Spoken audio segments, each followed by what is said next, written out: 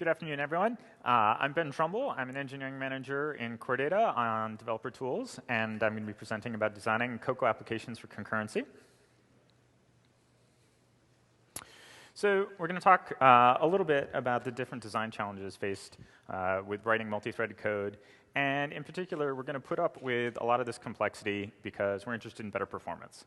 So we want more responsiveness from our applications, we want more raw speed, and we also want to use the resources of the computer, all these extra cores, more efficiently.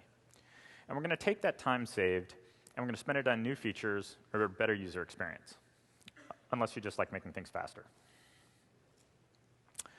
And one of the particular challenges that's faced is how big to split up your application into the separate pieces. If the pieces are too big, you're not going to get very much concurrency. Obviously, if you have only one piece, you're not going to get any. At the same point in time, if you flip over to the other extreme and the pieces are too small, then you're going to have more overhead and more complexity. So in particular, the focus of this session is on finding the right granularity for the tasks that you're going to be offloading to other threads or other queues. And so in this case, we're going to be a little bit like Goldilocks, not too big, not too small. And the perfect task granularity varies for everybody, but it's going to be limited by the amount of overhead each of your individual tasks incur. And this is particularly due to the coordination mechanisms that you're going to use to manage these tasks and the amount of resource contention these tasks start incurring as they operate. So a roadmap for this session, going to overview a cast of characters, so define some terms. We're going to review some of the coordination mechanisms that are typically used in most programs. Examine a variety of resource contention issues where this is really going to impact how fast your tasks can operate independently. And then sort of sum that together in looking at how to balance the task granularity. And then we're going to explore two particular issues that impact a lot of Cocoa applications. And that's multi-threaded notifications and, in general, the UI layer. And these are issues that tend to trip up a lot of Cocoa developers. So for our cast of characters, we have some basic introductions and the terms that I'm going to be using throughout the presentation. I assume you're probably familiar with most of them, but a little quick overview on tasks, threads, the difference between dispatch queues and NS operation queues, locks, atomic operations, and this thing that pops up every once now and again called futures. So tasks in computer science mean a lot of different things. And for the purposes of this presentation, I'm just going to refer to a unit of work. And this is a distinct grouping of code. It might be executed either by a thread or a dispatch queue. This would be, for instance, a block on a dispatch queue or an NS operation object with an NS operation queue. And for a thread, this is going to be the main function, typically. So we're not going to refer to something like a process or an NS task. Threads. I assume you all know what threads are, but they're something of the protagonist or perhaps the antagonist of our presentation today. So this is your thread of execution, an independent flow control. And its key distinguishing feature is that it has a shared address space with all the other threads. And this is what makes them different from processes. And this is a really powerful feature of threads, but it's also their Achilles heel. And we'll spend most of the presentation resisting the urge to leverage this feature too much. So dispatch queues, this is Grand Central Dispatch. And this is new in Snow Leopard. They're easier and more efficient than threads. It's basically a way of coordinating different work units. There are 3 separate presentations on dispatch queues this week, so I'm not going to go too heavily on what exactly they are, other than they're a way of managing and enqueuing different tasks. And in addition, Grand Central Dispatch has a library of common operations that you would have to write your own code for if you're working directly with threads. So they're really very convenient. Operation queues, this is NS operation queue. It's a Cocoa API for work queues. So you're basically enqueuing tasks, similarly to Grand Central Dispatch. And on Snow Leopard, it's built on top of Grand Central Dispatch. One thing to note is this is available actually on 10.5 and also on iPhone OS without Grand Central Dispatch. And it builds some additional functionality, some dependency analysis, and some conveniences at the Cocoa layer on top of Grand Central Dispatch on Snow Leopard. So locks are one of our primary mechanisms for coordinating between tasks. They're a simple way of excluding resources from being overused, so they typically prevent just one thread at a time. And there's going to be a wide range available for you to use.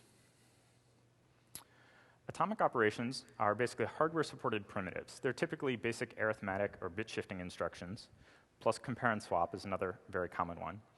And one way to think about it is if the destination address of your computation basically had a teeny tiny encapsulated lock in it, and that's kind of how they behave. So when you add something together atomically, the address of that summation is going to act like its own lock. And then futures are placeholders that get passed around for an unknown value. They're typically returned by asynchronous APIs, and they're used to improve the responsiveness of these APIs. They're a little bit like a Coke check ticket. You don't necessarily need something back right away, but you do need a handle back to it. So there won't be any blocking until you absolutely need them. Okay, so that brings us to the first section in which we're going to use these terms, and this is the coordination mechanisms that are going to help us coordinate between all the tasks we create within our application. And they're also going to represent some of the cost of having separate tasks. And the reason why we have all these different coordination mechanisms is to address some problems we're experiencing with threads. First of all, as you're no doubt aware, threads are very non-deterministic. The execution between threads is interleaved pretty chaotically, and sharing resources and data between threads without extra steps is going to have a lot of side effects in your application. So this is just with 2 threads, and this is just with 2 to 32 instructions, and you can see that the number of different interleavings between threads is growing exponentially. I don't know about you, but most of my threads do more than 32 instructions, and already this has gotten out of hand. So our goals with coordination are going to be to prune the complexity back from our application, to reduce the amount of non-determinism that using all these threads induces, and to safely share resources between threads. That brings us to locking, which is going to be the simplest and most frequent form of coordinating between tasks. We're preventing simultaneous access either to a resource or to a segment of code, and it's really the most prevalent. It's very easy to use. Unfortunately, it does have the disadvantage that when you have a lot of locks together, you find yourself prone to deadlocking. Some of the common locks that you'll find on macOS 10 are the @synchronized keyword in the Objective-C language itself, NSLock in Cocoa, OS spin lock in the kernel offered by OS Atomic, and the pthread library, which has a reader-writer lock and a bunch of other things. Now, from a design perspective, most of the locks are going to behave fairly similarly in terms at a strategic level. Tactically, they have very different performance characteristics, and some of them have different features. Obviously, a reader-writer lock is doing something a little bit different than a spin lock. But for the most part, you can learn about these things in the macOS 10 threading programming guide, which will go into a lot of detail about the different locks you have available to you on macOS 10. So I mentioned that having lots of independent locks is prone to deadlock. And so what do I mean by an independent lock?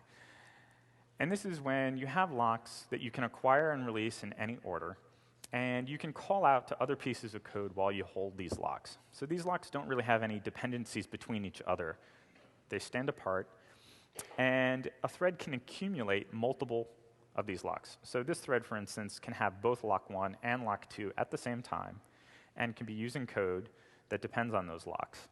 And it can release them later whenever it feels like.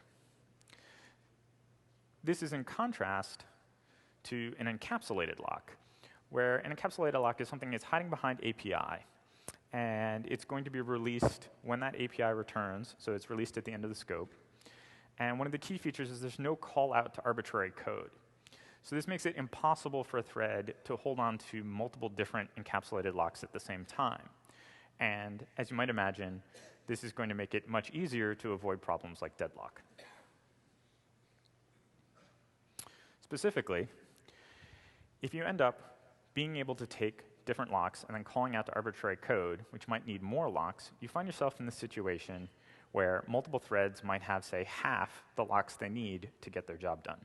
So this is a fairly textbook deadlock where one thread has the first lock and it needs 2 locks, and the other thread is holding on to that second lock.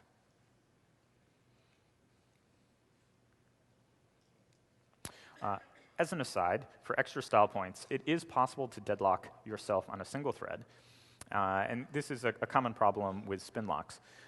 Because they're non-recursive, if you hold a spin lock and then you call out to arbitrary code, if that code starts calling back into you, which is fairly common in object-oriented programming, you have managed to deadlock yourself.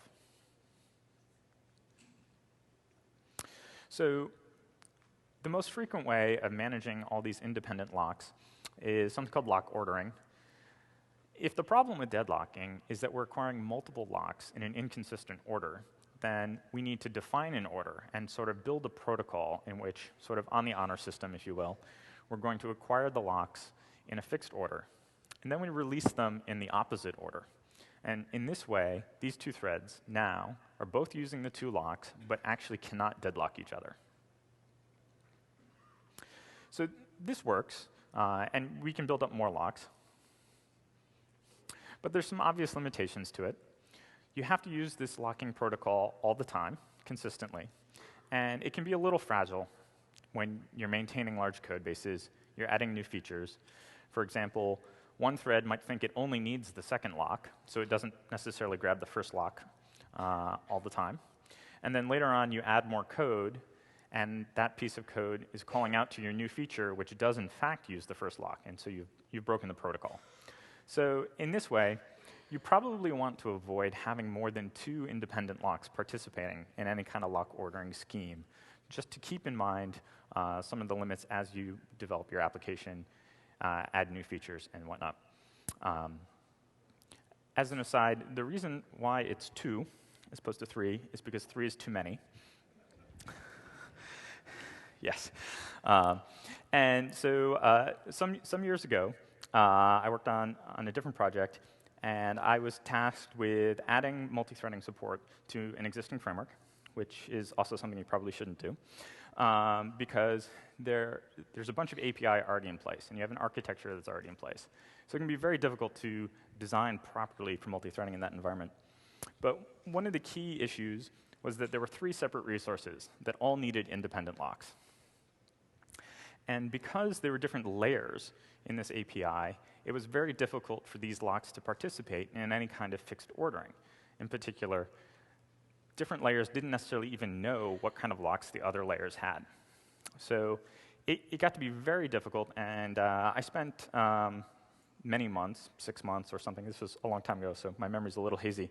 But I basically spent an entire release cycle debugging this one set of issues, this multi-threading issues. So 3 is definitely too many locks. And here's sort of a graphic that I had wished when I was younger that I had sat down to think about. And here we go from 4 different permutations of locking with 2 locks and 2 threads to 18 permutations of how all these locks might be acquired with 3 locks and 3 threads. So you can also see again, and this is sort of a recurring theme with multi-threading, that the complexity of your application is going to grow exponentially if you don't take steps to prune it back. So the 3 locks have 18 permutations, and just for fun, about 1/3 of them are going to work correctly, or, well, correctly might not be the right way. They will function. So again, this is going to make it more challenging to debug multi-threaded code when you've overextended yourself. All right. So there are going to be a bunch of different locks available to you. The macOS 10 threading programming guide, it has a wide list of them. In general, you're going to want to prefer encapsulated locks, where a lock is hidden behind an API boundary, and it doesn't allow callouts, so it will control a particular scope. But when you need to use independent locks, you're going to want to have an order, and you want to have a protocol that you're building on top of them. So if all these independent locks aren't going to scale very well to having lots and lots of them, we have another technique to use. And this is sort of the antithesis of locking, and it's called isolation. And the goal here is, like locks, to turn a very complex set of interactions between tasks into something else. In particular, this is something fairly simple. If you imagine a single thread spawns off 4 subtasks, which then rendezvous back with a result. This is something I feel much more confident about debugging. And at the same point in time, we can see that you can actually get some real concurrency out of this. And one of the key points to note is these subtasks are not talking to each other. So they're not locking. They really have no particular interaction. They're quite independent. But in the real world, we do have some constraints, and sometimes that's not always possible. So at least here, we have 4 separate clusters. And while the subtasks aren't necessarily perfectly isolated, at least these clusters are isolated. And we have the opportunity to focus our debugging efforts within a cluster and not have to worry so much about what other threads in other clusters are doing, because they're not going to be changing our state. So we're going to focus on subdividing a multi-thread application into a set of serial pieces to reduce our complexity. And in this way, isolation is to concurrency a lot like encapsulation is to object-oriented programming. This is a pretty fundamental technique when basically what we're talking about doing is trying to keep all these threads from interacting directly with each other. It's also called confinement, and we're going to the reason for that is we're going to confine resources scoped to a specific thread. So other threads are not going to have direct arbitrary shared memory access to those resources. They're going to have to enqueue requests formally by a specific channel.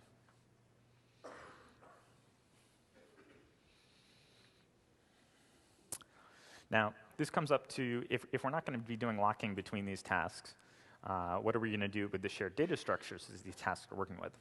And the first approach is more tractable than a lot of people might think, and that's we're going to give each of these subtasks their own copy of the data to work on.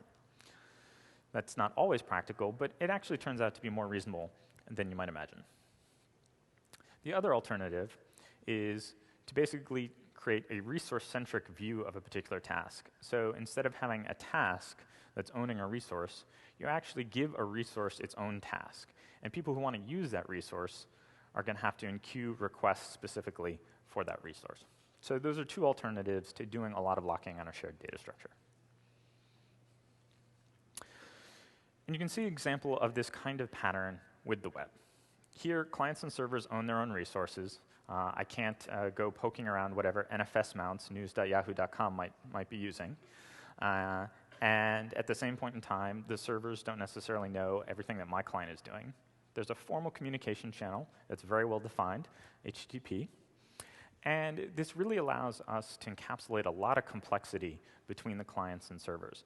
So this is a really, it's probably the most commercially successful example of the isolation design pattern. And it's true this is for distributed computing more than concurrent programming. But this is the kind of pattern that we're going to want to consider bringing into our own applications. And the nice feature about this is the servers and the clients can themselves be very complicated. They don't necessarily have to use isolation. And we've created clusters that are fairly independent. So a single web address might be backed by a huge server farm, or Safari might be doing a new JavaScript engine, and it might be talking to multiple different websites simultaneously. And the servers don't need to worry about what Safari is doing, and Safari doesn't need to worry about the server farm backing some kind of DNS striping. So some typical example mechanisms for this kind of isolation. Dispatch queues themselves, Grand Central Dispatch. Each of these queues is going to default to being serialized. So each block registered with a dispatch queue will execute in order, one at a time.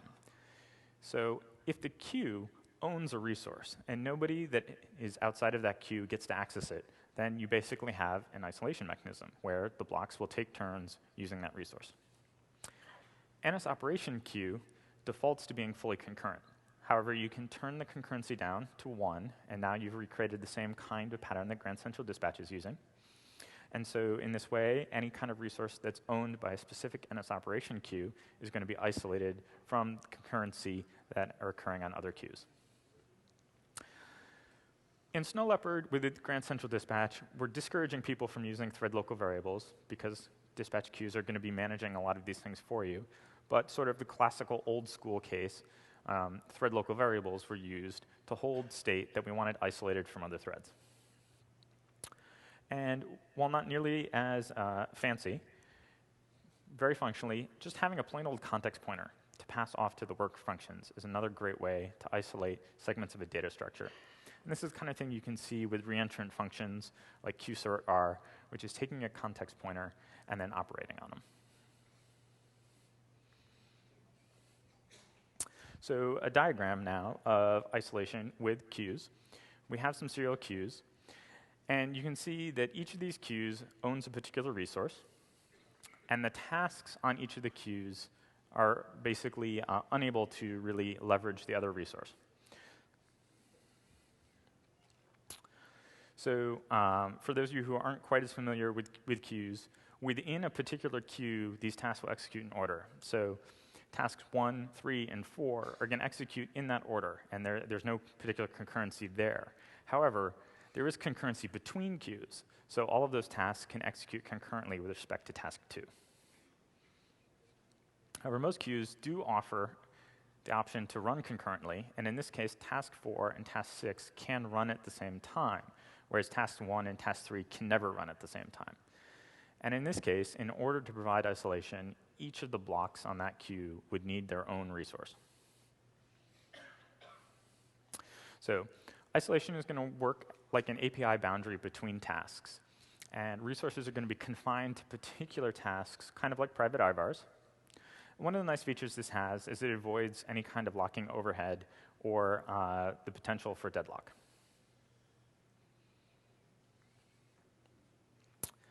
So isolated tasks do, upon time, actually need to communicate with each other. And in this case, they're going to use a pattern called message passing. This is the formal communication panel I was talking about. And it's avoiding using shared memory to change another thread's state directly. Instead, we incube a request, and that other thread will integrate those state changes at its leisure. So this is the kind of pattern you see with NS run loop. It's a pattern you see with the HTTP response cycle. And the key point is that the receiver controls the message queue. So arbitrary state changes to its own objects aren't happening out from underneath it. So in Cocoa, just sort of to sum up with message passing, the main thread has a bunch of special support for you that's very convenient. We'll see working later with the UI. In NS operation queue, you can get a reference to the main queue, and then you can add operations to that. With Grand Central Dispatch, there's a function to get the main queue, and you can dispatch blocks to that. And then more old school, all NS objects have perform main selector on thread, which also works quite conveniently. And the NS run loop has a way of getting the main run loop that you can add additional tasks to. By and large, most of these are actually fairly well integrated, so performing a selector and adding an operation to the main queue are going to be fairly similar. So you'll want to use whichever one is a little more convenient to your tasks. So overall, our goals for coordination are going to be to prune away this complexity that adding all these threads generates, to manage our resources safely, and typically we're going to use locks and isolation as our main bread and butter for achieving these results. But in particular, this time isn't spent doing our real work. So we have some additional overhead that we've added, whether it's to copy data to isolate tasks, the communication channel, or just having locks. And so it's worth bearing in mind that locks and communication channels are themselves resources. And this is going to introduce problems of its own.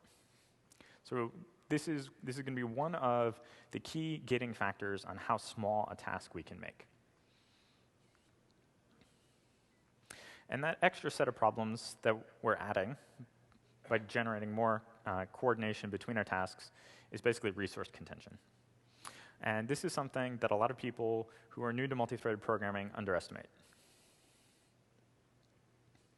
So in particular, application-level tasks typically have a lot of different resources that they're using. This isn't quite like, say, OpenCL, data parallelism with graphics. Cocoa applications typically do a mixture of various different things, such as they'll have CPU-intensive tasks and I/O all sort of together, bundled up. And so we're going to need to be mindful of the different kinds of things that our tasks are using. In particular, I/O and network latency are going to create bubbles in our tasks, and we're going to need to treat locks as if they were resources as well. So the nice thing about this is CPU scheduling gives us a lot of support from the operating system. there are threads, which we've been using for a long time. And in Snow Leopard, there's Grand Central Dispatch and dispatch queues.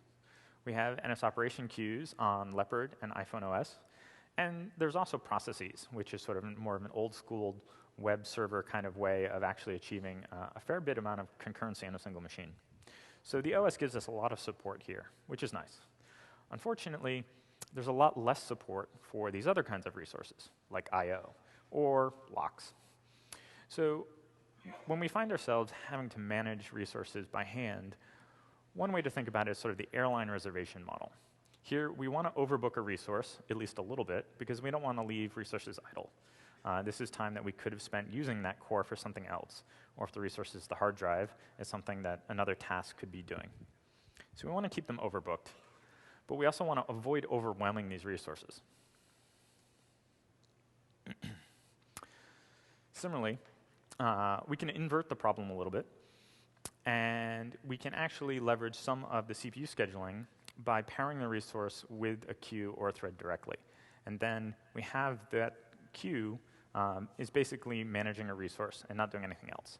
So this is, again, as I mentioned, sort of a resource-centric version of a task. And this allows us to leverage the CPU scheduling resources that the operating system provides in order to manage a particular resource.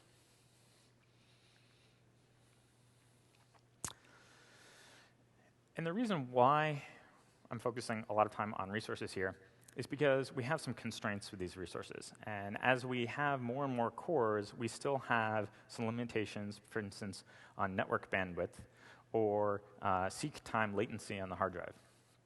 But something that catches a lot of people off guard is as we overload a resource, many important resources degrade very, very badly.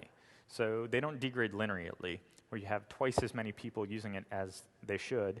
Instead of being 2 times slower, it's much slower. So when we look at I/O, which is the gating factor in a lot of applications, we want to keep in mind, as we break up our applications into a variety of different tasks, we don't necessarily want to chunk up the I/O in a way that has lots of small random access I/O. We want to remember that sequential I/O is going to be much faster than random access I/O, and fewer larger requests are also going to perform much better. So if we create a lot of tasks and they all do some small I/O requests, we're going to start getting hit by the fact that the hard drive has a fairly large seek time. So if these tasks are working with different files, for instance, spread out over the drive, then we're going to add a lot of extraneous bubbles into our pipeline. And also something to keep in mind as you debug your applications or you performance tune them is if you're doing that on a desktop, the laptop drives are really much slower. So to give a more concrete example about these problems with I/O and subdividing your application, a few months ago, someone came to me with a problem, in particular regarding database I/O.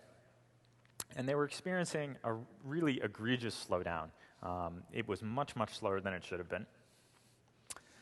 So naturally, they give me a sample, the SQL used to talk to the database and some files and steps to reproduce. And of course, it works fine on my machine, naturally. Multi-threading problems always work fine on my machine, which is why whenever possible, I give them to my engineer with the worst karma. So I suppose in some ways that's a vicious cycle. So it turns out that a wee bit of detail had been left out from the context, and that was how many other threads were performing I/O at the same time that this database work was going on. So in this particular case, we had thread 1 is basically the main thread, and it's responding to the user interface. And at a certain point in time, the user executes a task that causes a new subsystem to need to be lazily initialized. And at this point in time, there are actually two new subsystems that need to be brought online. So in sort of a good design pattern, these are offloaded to separate threads, so they don't block the UI. Unfortunately, these two separate patterns are both doing a lot of I/O. So what ends up happening is not only are thread 2 and thread 3 contending over being scheduled on the CPU, but they're also interfering with each other's access to the I/O subsystem and basically causing the drive to seek around additionally. So with a 2-line code change, which is let's not spawn the third thread at all, and let's call that main function on the second thread, once we're done, it's 40% faster. So this is about basically improving the locality of reference that the drive is using, less seek times, and fewer contentions. So keep in mind that just because you have 8 cores does not necessarily mean that you have 8 hard drives. If you do have 8 hard drives in your RAID system, I'm very jealous. And in particular, for a lot of Cocoa applications, I/O is going to be one of the more expensive tasks you perform. So you're going to be careful as you subdivide your application to be very mindful of this, and that many small random access I/Os will be bad for sort of an inefficiency between each of the tasks that you spawn off. So just as we're talking about trying to find the just right granularity for the tasks you divide up in your application, you also want to be mindful of a similar kind of pattern for I/O. And here's the thing that is, again, also surprising to many people new to multi-threading. And in point of fact, actually, I had an Apple engineer tell me that he didn't believe me. So this is something that comes as a surprise to people. This, in particular, sampled data from the kernel team doing work on improving performance of the locks. So I responded with whatever. And so here we have one lock. This is, in fact, a spin lock. So it's a very, very fast lock. And it degrades quite rapidly as you have more threads competing for it. And in fact, the 8-thread case is not 8 times slower, it's 50 times slower. So this is huge. This is really orders of magnitude worse performance than we would really want. So as we divide up our application, locks are very, very fast when you have only a couple of threads using them. But if they're going to be a bottleneck in your tasks, then you're going to start paying a really large performance hit for that. So you want to keep that in mind, that you don't want to engineer your tasks in such a way that they all are starting to hammer on the same locks. In particular, locks without contention. So that single thread using a lock is only a tiny bit slower than no locking at all. So locks are really quite useful. Those contended locks get very slow very quickly.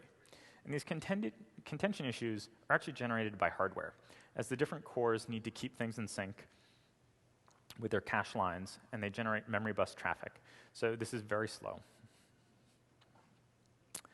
And something else to keep in mind is, as I mentioned earlier, atomic operations are kind of like that destination address is its own little mini lock.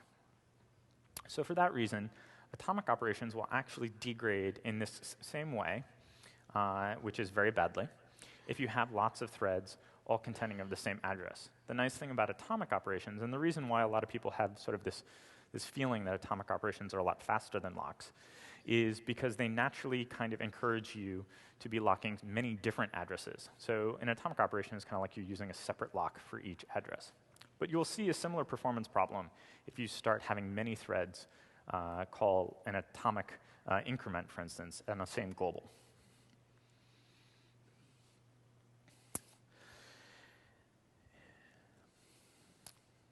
So in addition to I/O and locks, we're going to be using memory. And any pending tasks that aren't actually being executed are just sort of lying around consuming memory. Now, blocks and queues in particular are cheap. So that's very nice, but they're not completely free. So we want to be careful about that. Threads, on the other hand, creating new threads is actually very expensive. So we definitely don't want to do that. So in this sense, we obviously want to create a bunch of separate tasks to leverage 8, 16 cores. But at the same point in time, if we only have 16 cores, there isn't much point in having thousands of pending tasks all queued up. This is a very inefficient use of memory.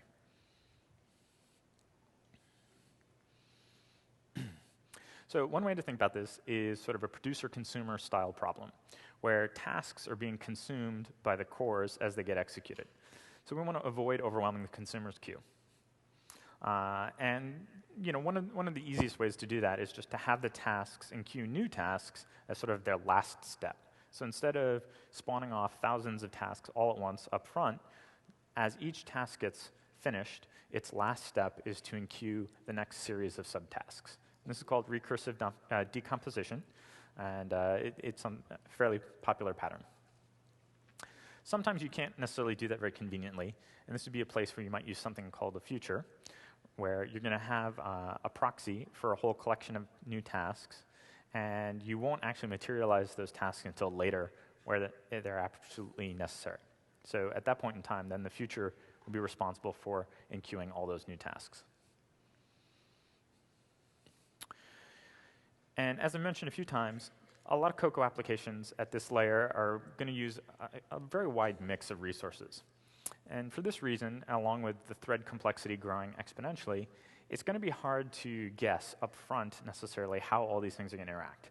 So it's going to be very important that you identify the bottlenecks and that you start measuring these things. And in that way, it'll give you an idea of whether or not more threads are actually going to help you. If you're I/O bound, more and more threads is probably not going to help you very much. So you're going to need to find a way to design your task so that you're less I/O bound. And in this way, tools like Shark and instruments are great for design debugging, not just performance debugging, but actually kind of identifying where in your application you're hitting bottlenecks and where it makes sense to divide your application up further to use more cores. So it's actually quite valuable to actually profile your app throughout the design cycle as opposed to wait till the end. And in this way, thread safety is not concurrency, and some of these resources are going to degrade very badly. So you'll pay a really high penalty for overscheduling them, particularly I/O and locks. You're going to want to avoid overwhelming them. And you might consider something like the airline model, where you slightly overbook everything. Okay. So in terms of balancing these two things, we want to manage the resources. We don't want to pay too much in inefficiency for coordinating between all the tasks we generate. We also need to keep in mind some correctness issues that catch people by surprise. And all these things kind of sort of group together into what I consider sort of a theme for this session is that something that surprises a lot of people new to multi-threaded programming is the most efficient task granularity is really quite large. And there are a number of reasons for that. Single-threaded code has a lot of advantages. No locking, no messaging, doesn't need to merge results together, doesn't need to spend more memory to represent all these pending tasks. There's no scheduling latency.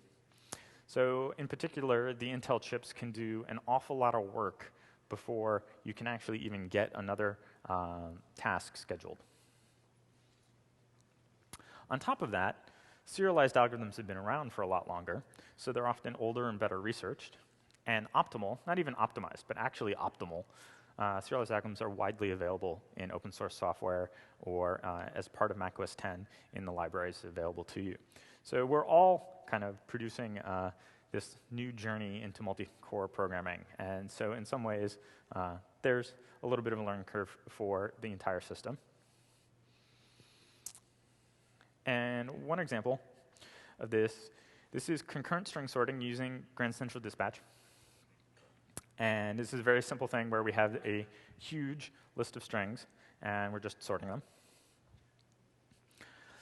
And in particular, one thing you can see is that up to roughly about 2,000 strings, this is sort of the break-even point at which actually the Intel chips can actually sort an awful lot of strings before it's worth spinning up another core. The other thing to take away from this diagram is the concurrent version has this lower bound around a fixed point. And as you add more and more work to the queue to sort larger and larger sets of strings, it actually performs roughly about the same, which is actually very graceful. And you can see that there reaches a point at which the serial system really just can't keep up and degrades much worse as you add lots and lots of strings.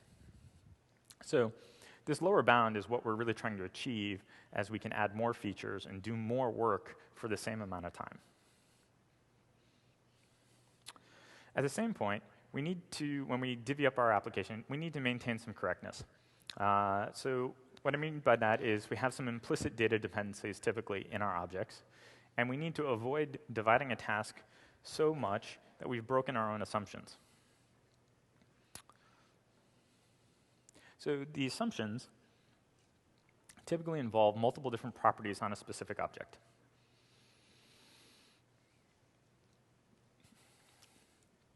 Most objects actually assume that all of their properties are in sync with themselves. So what I mean by this is if the properties were truly independent of them, even if you could set and get them safely, if they were completely independent and had no real relationship to those other properties, you probably would have written that API as two separate objects. This is something to keep in mind. It's not always true, but there's this tendency where objects have a lot of assumptions about the state that their different individual properties are in. So as an example of this, sort of textbook example, is first and last names, setting them on some kind of person object. So we're using locks, so this is all thread safe, but it turns out that it's not correct.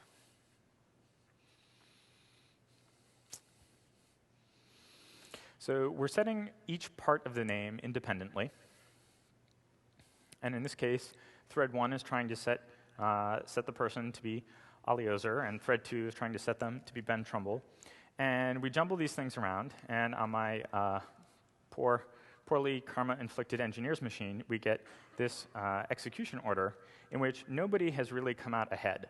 So even though we've used locks and we've set each of these properties independently, the truth is these properties really should never be set independently because we have this assumption that the person is going to have a consistency between these two properties.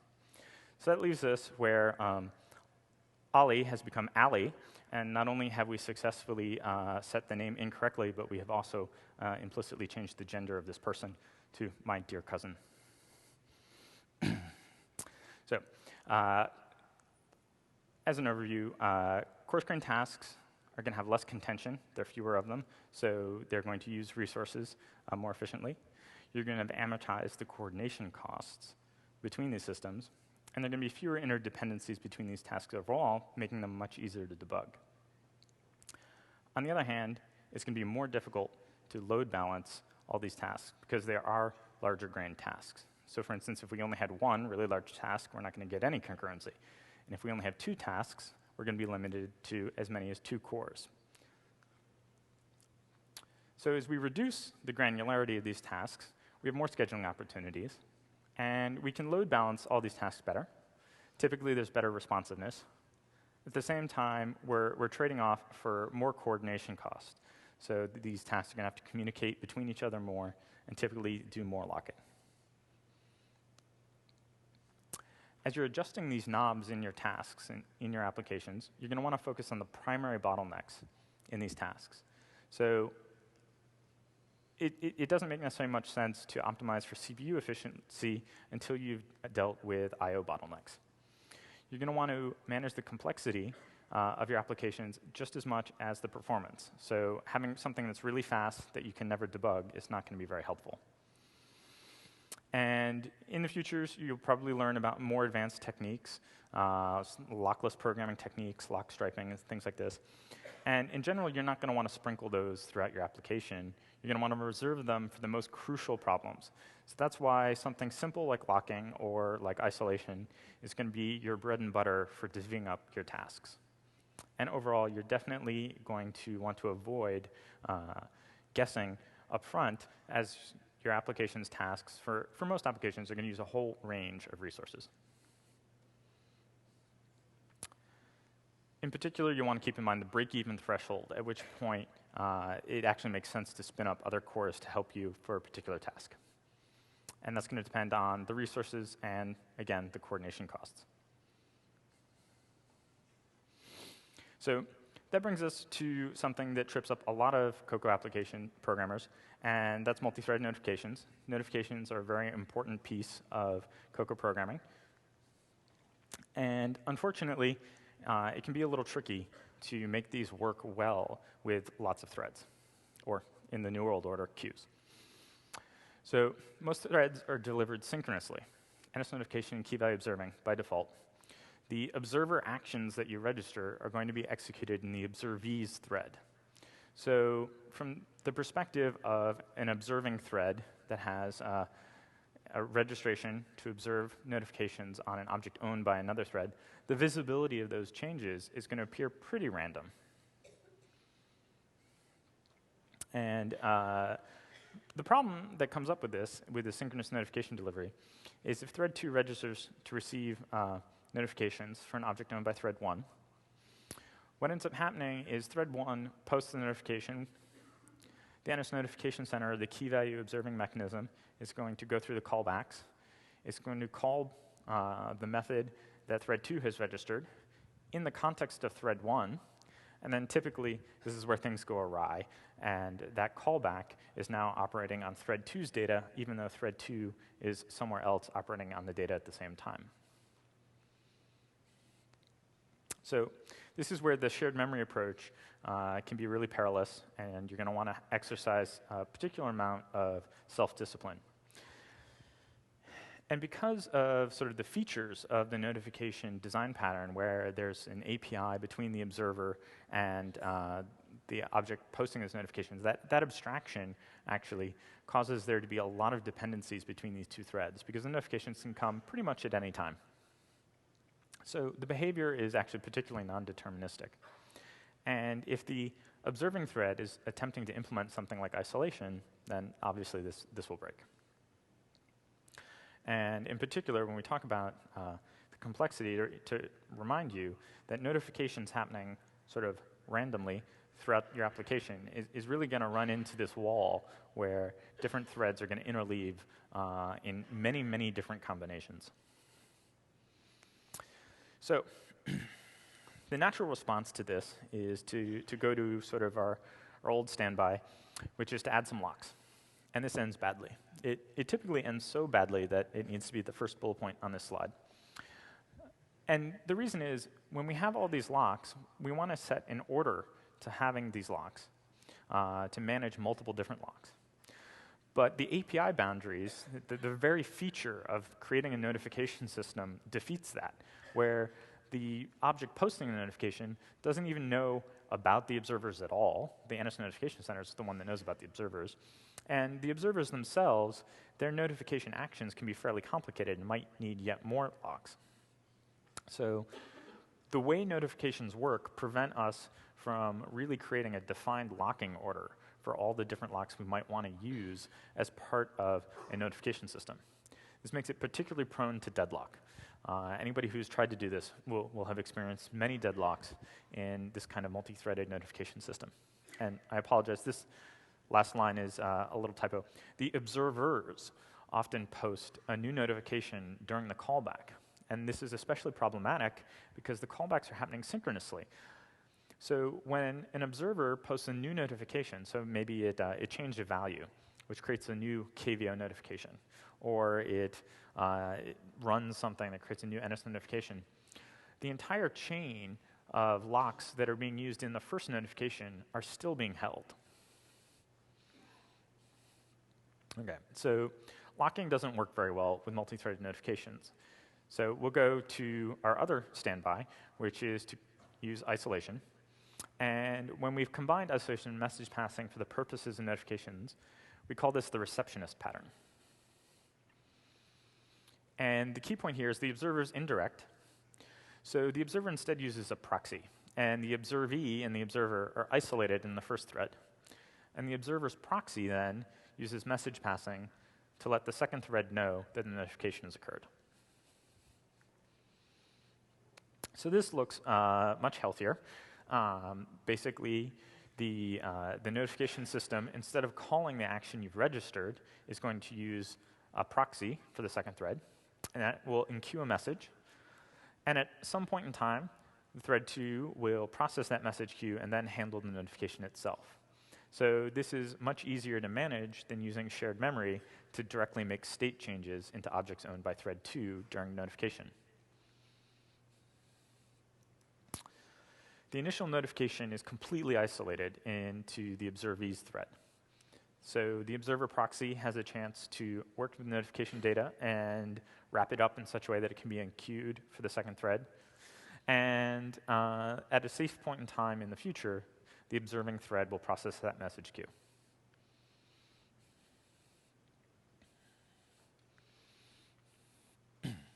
There's some new API in Snow Leopard on NS Notification Center, which actually kind of makes this a little bit easier to do.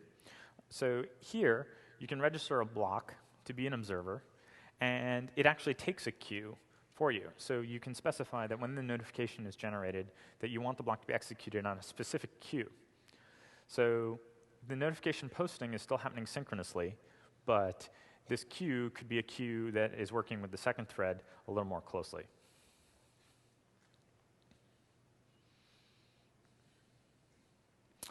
And because notifications are such an important part of Cocoa programming, there's going to be a lot more going on in the Cocoa Tips and Tricks session, which will be on Thursday at 5, and there'll be a much more extensive example about using the receptionist pattern. But the summary is queues make really good receptionists. And once you've set up a receptionist, you can keep in mind that there are actually a bunch of other things you can do now that those notifications are no longer being processed synchronously. You can filter and coalesce them pretty easily as you're processing the message queue on that second thread. You might even reprioritize them.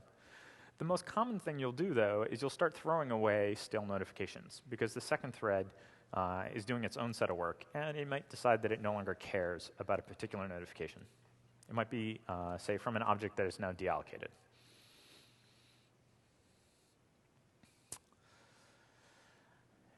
As we're pushing these notifications around, and they have data that the threads want, we need to keep in mind that passing data between threads can get a little tricky. We don't necessarily know when the receiver of that data will run. It might happen, so basically the sender might lose access to the core, might be scheduled out immediately upon passing the message along. So the receiver might finish with the data and release it before the sender gets a chance to do anything. Or the receiver might experience a problem, either a page fault or some I/O latency, and it might start many seconds later in the future, long after the sender itself is done using that object. So there's really a very simple rule to keep these objects alive as you pass data between threads, and that's the sender is going to retain and the receiver is going to release. This is just as true when you're passing dispatch queues and dispatch objects around as it is at the Cocoa layer. So the sender is going to retain once for each of the receivers it passes along to.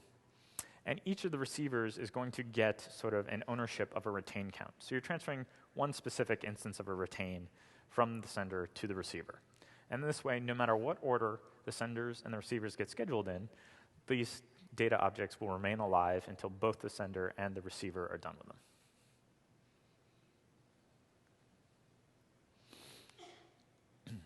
Which brings to key value observing, which is a little bit different from the NS Notification Center style. Because we're observing specific properties, there's just sort of a natural tendency that these notifications get to be smaller.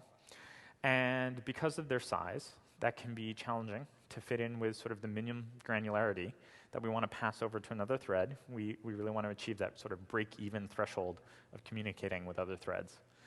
And if there's a lot of them, if we're observing a lot of properties and a lot of objects, there can be a fairly high volume of these notifications, which in many ways is a feature, but as we work with different threads, it's something to keep in mind. So in that sense, KVO works best with isolation. Here, the observers and the observees are all confined to a specific thread, and we've amortized all these coordination costs because, well, we're not actually passing any of the individual KVO notifications over to a different thread. So that's sort of how things work in sort of an idealized world where most applications actually aren't being written. So in order to start passing all these notification data over to other threads with KVO, typically what you'll want to do first is to coalesce these things together. So you'll have a bunch of KVO notifications happening on one thread, and when they reach a certain point of usefulness, repackaged as a batch together, then you'll pass that over to the other thread to work with a larger granularity of data. So this is just sort of an example of kind of how the natural tendency to use these two notification systems differs a little bit. The NS notifications typically are a little less frequent and a little larger grained, so they often fit naturally the inter-thread granularity a little better. And KVO on many properties, on many objects, is a little finer grained. So they have their different systems, but they both, as multi-threaded notification systems, have the same overall behavior. They're all synchronously posted. So an example of using KVO with multiple threads is in core data. So here, the manage objects and the manage object context, so each of these manage objects, for those of you not familiar with core data, these are basically objects representing rows in a database. And the context is a transaction scope. It's observing all of these particular objects. And it's required that each thread have its own context and its own peer set of objects. So all the changes that you make to the properties on these objects and all the KVO notifications are happening within a single thread. And the manage object context that's observing all of these objects coalesces all the changes together. And at the end of a particular event, it repackages them up into a coarser grained notification and posts an NS notification talking about sort of a higher level, all the things that have happened over the course of a particular event. And that's probably the right level of granularity for most people to pass off to a receptionist and hand that off to another thread. So each of the context model objects are being confined to a single thread here. The properties are all completely observable within a thread, all of the properties. And they can be changed quite frequently without any real performance hit. And the context is accumulating all these changes until the end of the event, and then it reposts them later as a batch. So in particular, as you're working with multi-threaded notifications, you're going to want to avoid locking a lot. You're going to probably need to use something like message passing, and the receptionist pattern is a really easy way of doing that. Queues, dispatch queues and NS operation queues, make good receptionists. And as you're working with a lot of notifications, if you have a high volume of notifications, you're definitely going to want to coalesce them together. So this brings us to some specific challenges talking about the UI. This happens in Cocoa a lot that should be brought up as we're working with dividing our tasks in Cocoa.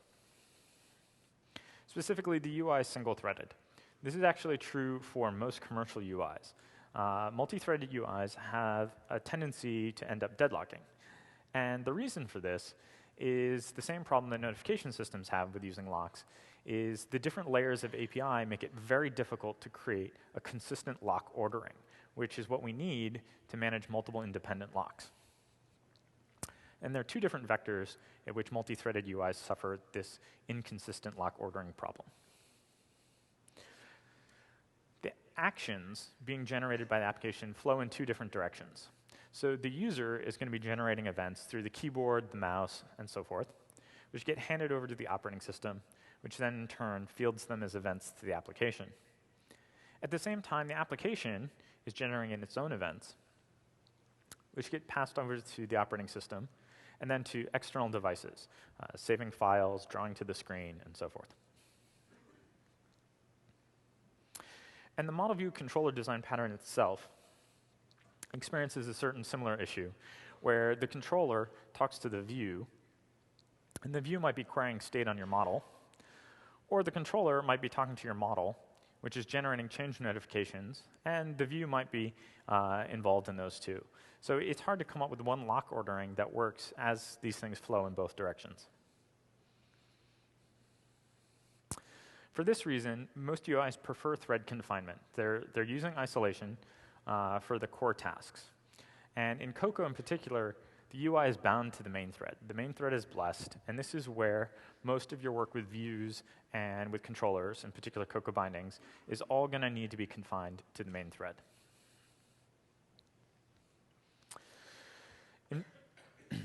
In another way, I've seen a number of people, so I want to call this out specifically, a number of people attempt to fix this by adding locks. And the problem is that AppKit and Cocoa bindings doesn't know about your locks. So if you do something like you add locks to, say, value for key on your model objects, it can really be, it's pretty much impossible to find all the different places where the UI might be expecting to be working with those objects confined to the main thread, simply because it doesn't know about your locks. None of its code is going to be respecting your locks. So that sounds unfortunate. However, it's not really that bleak. In particular, the UI can dispatch all kinds of operations quite efficiently off the main thread to different work queues to get you more responsiveness. And frequently in the past, a lot of people have done this kind of thing using run loops to move IO-intensive operations out of the main flow of control. And these days, these things are really the most common kinds of tasks that you use separate threads for.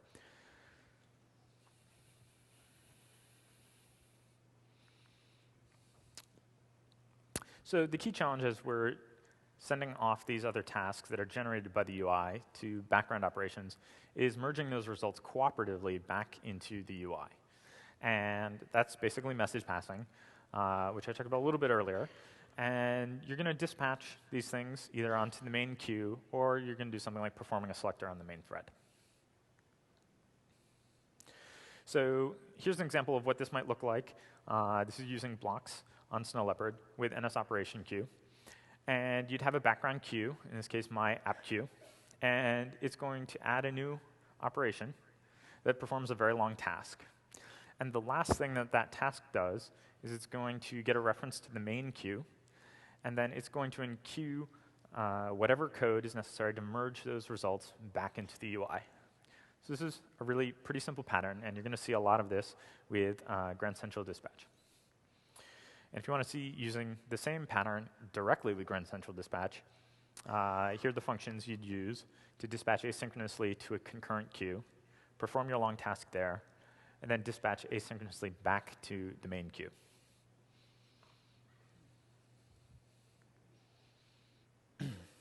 Okay, so to summarize, you're going to want to decompose all of your tasks above that break-even threshold where spinning up additional cores is going to help you solve specific problems faster.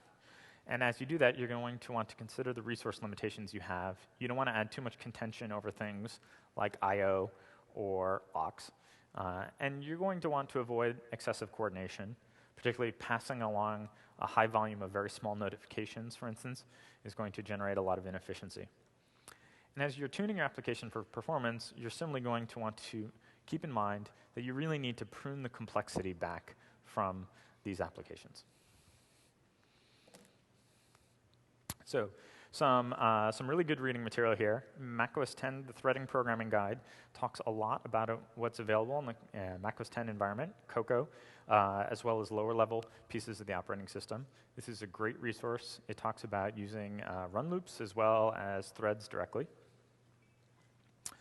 Another thing that's available to you is an article called Real-World Concurrency, and it's written by two people from Sun. And it's a great article looking at their experiences with engineering multi-threading systems and some of the same kinds of things that I've talked about today, some of it in a little more in depth, but these guys have done some really sophisticated multi-threading work. And again, they talk about reserving very complicated systems for your core problems and focusing on getting a lot of tasks simply decomposed and working concurrently using fairly basic mechanisms. Another article, which is one of my favorite articles for exploring the complexity of multi-threading programming, to kind of go into a little more detail about why all this is really so cumbersome, is from Edward Lee at Berkeley, and it's called The Problem with Threads. So this is another article you can get on the internet. And it goes into a lot of detail about what is so difficult with this multi-threaded programming and exploring how to control all of those different permutations that I showed little graphs for. And that brings us then to two hardcover books. One is Java Concurrency in Practice, and I realize we're not actually talking about Java. However, a lot of this is relevant no matter what programming language you're in. And it's one of the first books that I read that's focused on actual software engineering practices with concurrency, which is a nice change of pace from API references or textbooks for people learning how to, how to implement locks without actually having any locks, and other things which might be academically fascinating but aren't particularly relevant to what we need to do today. And finally, there's the last book, Pattern Language for Parallel Programming. And this book is nice in that it gives an overview about lots of other different kinds of ways to decompose tasks. So we focused today pretty much on one general purpose thing called task-based parallelism. And that's great for a lot of Cocoa applications. But as you start working with this, you'll find that you'll be interested in exploring other ways of decomposing your application. And they have a nice survey of lots of different techniques and design patterns for subdividing an application and specific problems. So there's a lot of good advice in there. It's a little dry, but it provides a nice overview.